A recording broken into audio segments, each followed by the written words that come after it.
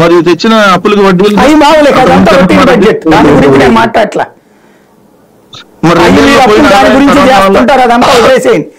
ఇప్పుడు 40,000 కోట్లు సంపాదించారండి ఇప్పుడు ఏడాదికి, మీరు తీసుకొచ్చిన కొత్త మన జగన్మోహన్ రెడ్డి గారు చెప్పిన లెక్క.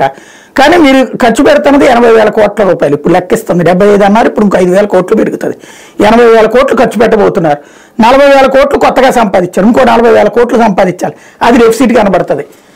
అప్పుడు ఏమవుతుంది, మళ్ళీ ఈ లోపు ఉద్యోగుల జీతాలు పెరుగుతాయి, వాళ్ళకి పెంచాల్సిందే మీరు ఇవన్నీ. అట్లాగే ఈ కన్స్ట్రక్షన్ వీటన్నిటికీ మీరు వేసుకున్న లెక్క కంటే ఎక్కువ పడుతుంది. అప్పుడు దగ్గర దగ్గరగా 1,00,000 కోట్ల రూపాయలు ఏడాదికి అడిషనల్ అవసరం అవుతాయి. ఈ అప్పులు చేయకుండా చంద్రబాబు గారు సంపద సృష్టించి చేస్తానంటున్నారు, మీరు చేయగలుగుతారు లేదా?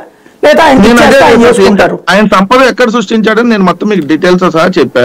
ఎవరు సృష్టించాడు? సంపద సృష్టిస్తారండి ఆయన.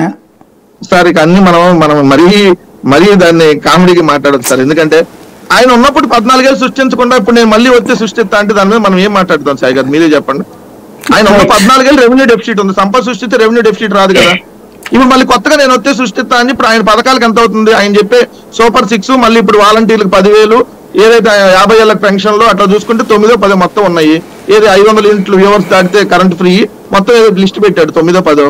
అది చూస్తే 1,66,000 కోట్లు అవుతుంది. జగన్మోహన్ రెడ్డి గారు ఇచ్చే 70,000 కోట్లు డీబీటీ నాన్ డీబీటీ ద్వారా ఏడాదికి 70,000 కోట్లు తీసేస్తే ఆయన చెప్పిన దానికి ఇప్పుడు 1,20,000 కోట్లు అదనంగా అవుతుంది. అంటే దాదాపుగా ఎంత?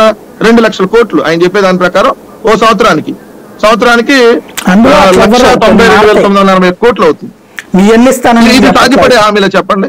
ఇప్పుడు మీరు అన్నట్టుగా 72,000 73,000 కోట్లు ఖర్చు పెట్టడానికి బడ్జెట్ మీరు అన్నట్టుగా ఇబ్బందులు, విడిపోయిన రాష్ట్రము, లేదంటే మీరు అన్నట్టు 1,00,000 కోట్లు అప్పులతో వచ్చిన రాష్ట్రము, దీనికే ఇంత ఇబ్బంది ఉన్నప్పుడు ఇప్పుడు ఆయన చెప్పేటటువంటి హామీలు, ఇందాక తిరుపతిరావు గారు గ్యారంటీ లేదని చెప్తున్నారు, మేము గ్యారంటీ ఇవ్వండి ఆ సూపర్ 6 కని.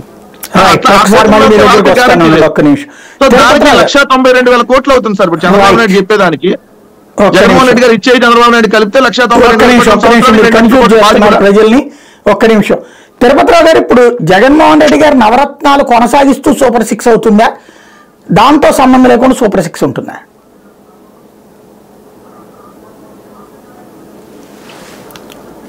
మీరు ఆడియో మీట్లో చూడండి ఒకసారి.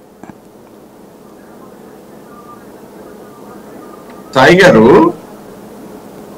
ఏవైతే కొన్ని